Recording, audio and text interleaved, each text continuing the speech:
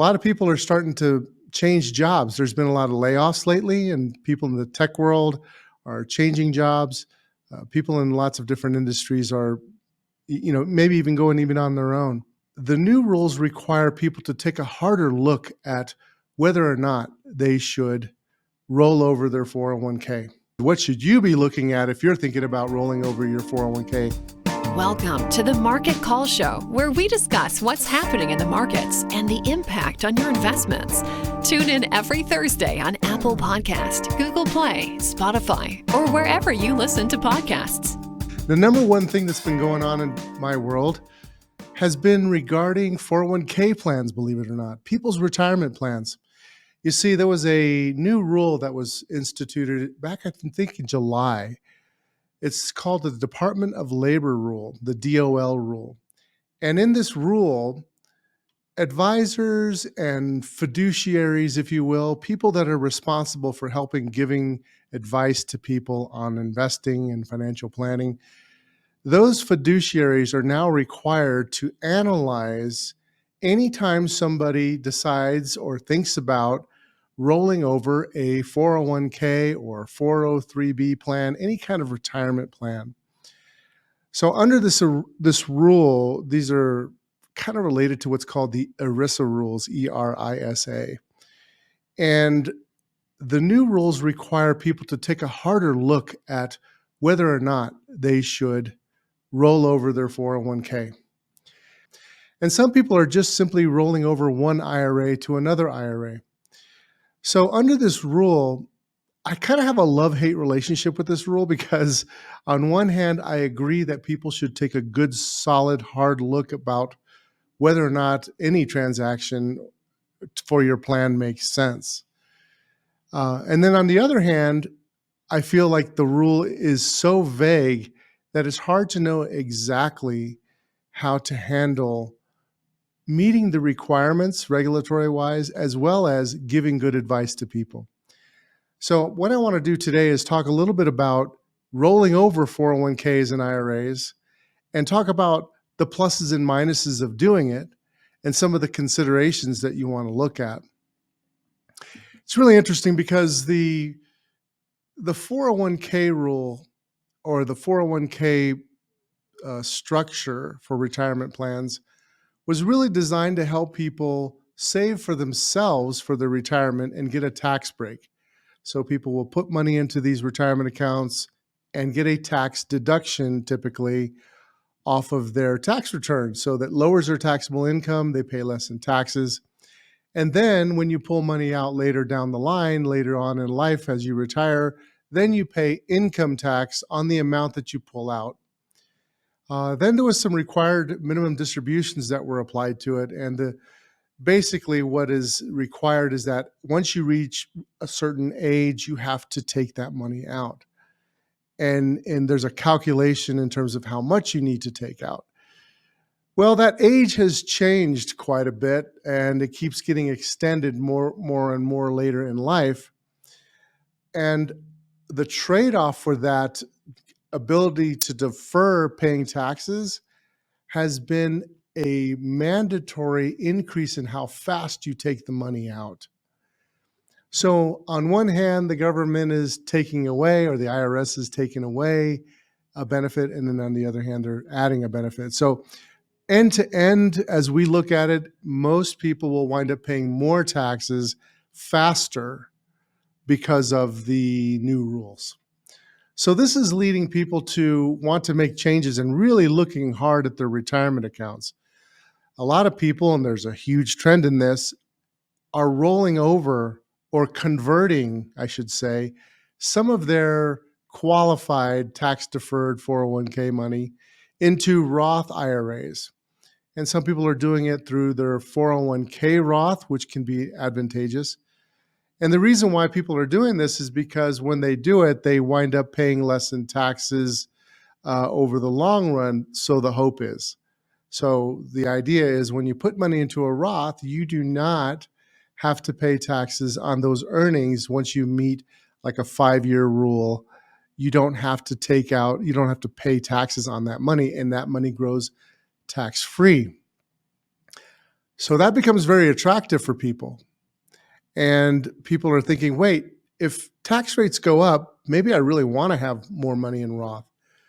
Other people are looking at their situation and saying, look, I've been plowing all this money for years in my retirement accounts, and now the vast majority of my liquid net worth, or my net worth that's not tied to my real estate or businesses, that is in retirement accounts. And when I start needing that money, I'm going to be paying a lot of taxes, because all of that is taxed at the income tax rate, which for many people can be higher than the tax rate that you would get on capital gains. So people are saying, wait a minute, how much do I want to have in these accounts? And maybe we should be diversifying our tax structure. So that leads to this whole concept of tax diversification, where you don't want to have too much of your assets in one type of tax structure. So it's better to have some money that you can access, especially for retirement income planning. You want to access some from tax-free sources. You want to also have some tax deferred. You also want to have just money that's taxable, that you're managing the taxes along the way. Maybe you're managing the capital gains so that you're maximizing long-term capital gains at a lower rate. And maybe you're buying, in the bond portion, you might be buying tax-free bonds that you don't have to pay tax on the interest. There's also tax loss harvesting that you can do. And there's also some other methods that you could do where you could look at the lots that you're selling. So having that flexibility really helps. Some people even look at like life insurance policies that build up tax-free that they could take out.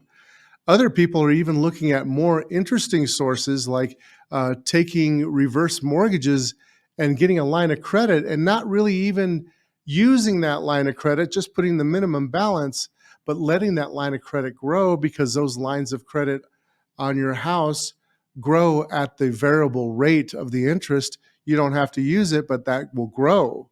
And I want to say now that rate is 7%, above 7% growth. And that's money you can pull out that is not taxed. It's tax-free money that you can pull out from your home. So, and let's say the market is down, then you can use that money for your retirement income that year, for example. And that could have a huge impact on your return over time. When I say return, I mean your income return. So if you're taking an income stream, it can have a big, big difference. I was just at a conference where Wade Pfau, who we just recently interviewed on our podcast, and if you haven't seen that episode with Wade Pfau, definitely look right up here and click on that, and you'll see that you can go see that interview. Very good interview. But anyhow, getting back to this Wade Pfau conference, he showed some what's called sequence of return analysis. And the idea is that if you do not have to pull money from your portfolios when the actual markets are down, you extend the life of your portfolio quite significantly. It could be a significant impact. And he showed various rolling rates of return and when that it can impact your portfolio. And if you retire and you're unlucky and the markets are not as good right when you retire in early years in your retirement, that sequence of return risk can have a dramatic impact on how long your income will last, how much income you can take out of your portfolio over the long run. So if you have these other sources, like the reverse mortgage, a lot of people always say, a reverse mortgage is a last resort type of a source. And actually, it really shouldn't be a last resort for some people, because you don't have to necessarily use it. You just take the line of credit out, let it grow, and then that's a source that you can use. You could even pay that back when your portfolio goes back up.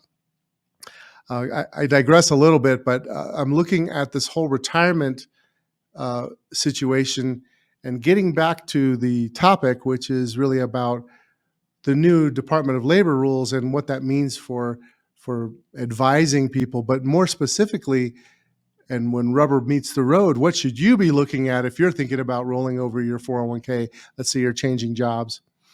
So let's take a look at some of the things that you should look at. Number one, In a 401k plan, you do get more creditor protection for a larger dollar amount.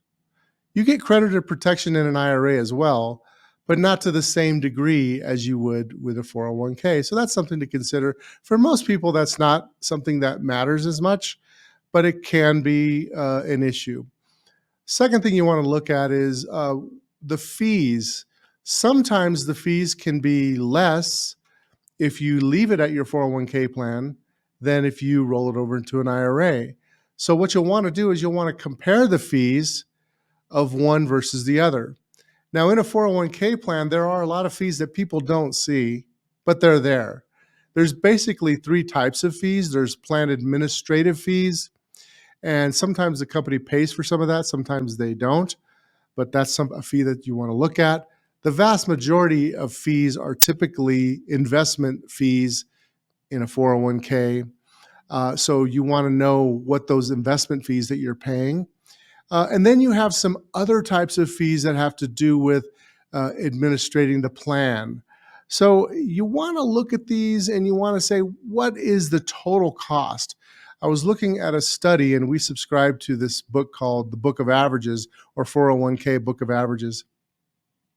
So in that book, they look at a bunch of different plans depending on how many employees there are, what type of plan it is, and look at like what are the average fees. And recently, I did a study for employees above 2,000.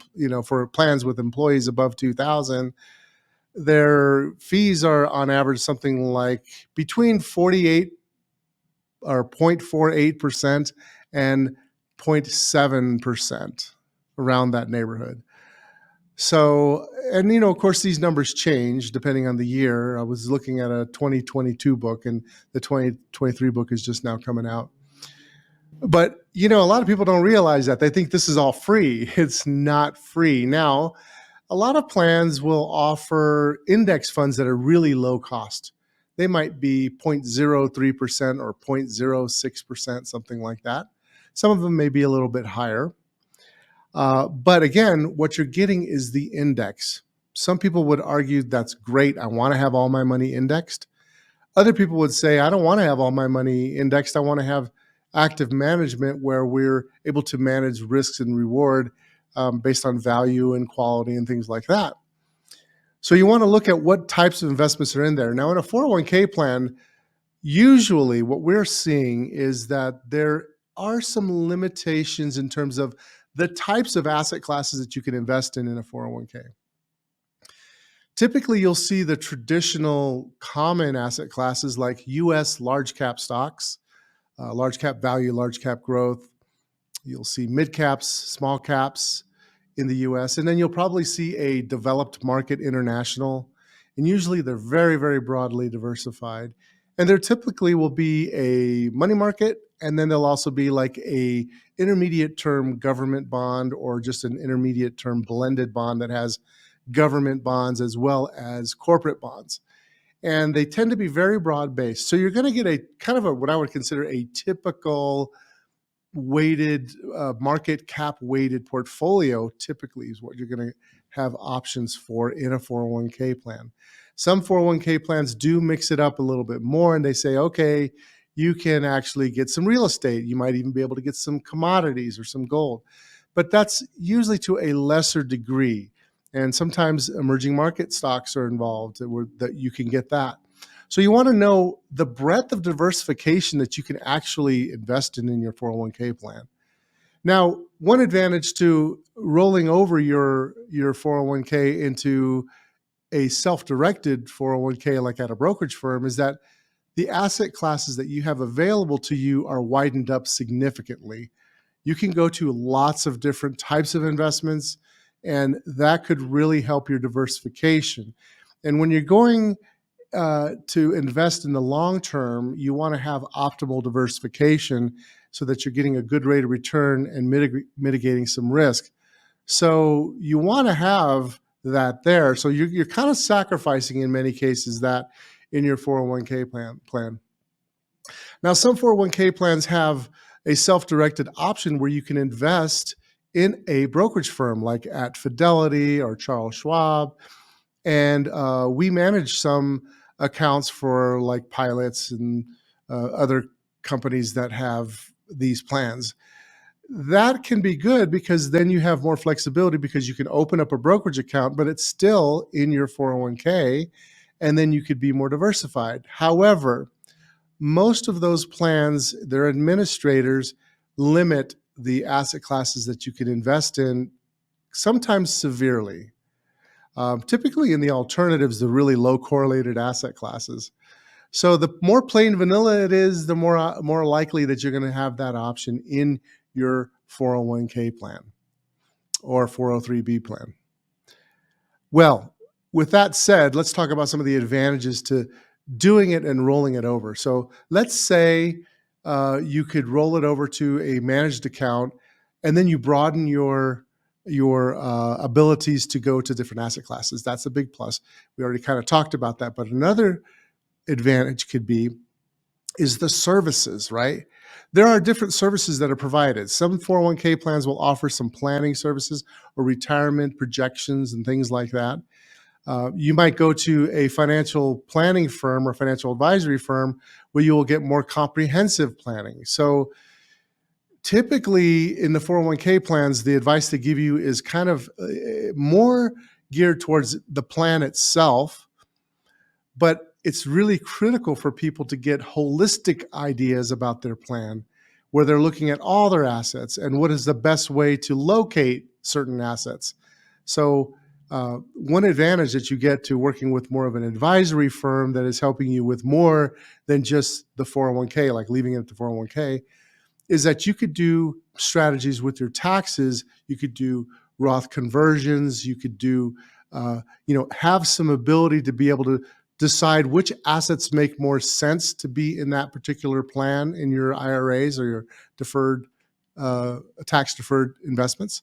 And you can also look at like your order of withdrawals, which is a big impact on your portfolio when you start taking money out. You see, when you start taking money out, everything gets more complicated than when you're building. When you're building, things are relatively simple.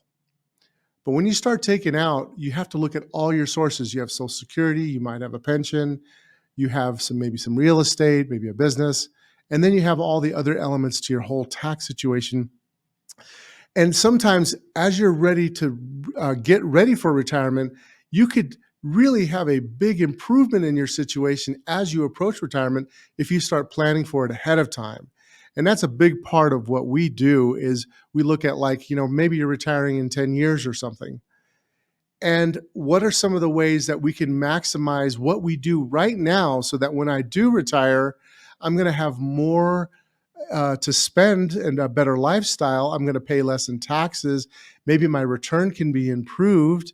My diversification and risk could be better. And maybe my estate planning can be put in a scenario that makes more sense for me. So that's one of the things that to kind of look at, like leaving money in a 401k. And I think there's a big push for people to leave money in their 401k plans. And I think on one hand, they're trying to keep people informed about what they're doing. And I agree with that because a lot of times you have certain types of, I don't know, maybe insurance agents or certain types of rogue brokers that will not act in the best interest of clients and do some things that hurt people when they roll out of their 401k plan. And we want to avoid that. So this rule can help mitigate that. But then on the other hand, there's a lot of other things. If you look at just fees, typically the fees are a little bit higher, could be a lot higher, but they're generally higher to have full advice on an IRA because you're getting a lot of other services involved with it. So you have to look at the cost benefit between the two. Like I said, the expense ratios are there. It's not free, so you want to look at that. And you want to know, what am I getting for doing that? Well, am I just going to be investing in a very plain vanilla stock and bond portfolio when I could do something that's more diversified? Am I going to have maybe not the optimal way to take my money out? So you want to look at the cost benefit of one versus the other. That's really the thing I wanted to talk about the most. There's other little things that you can look at.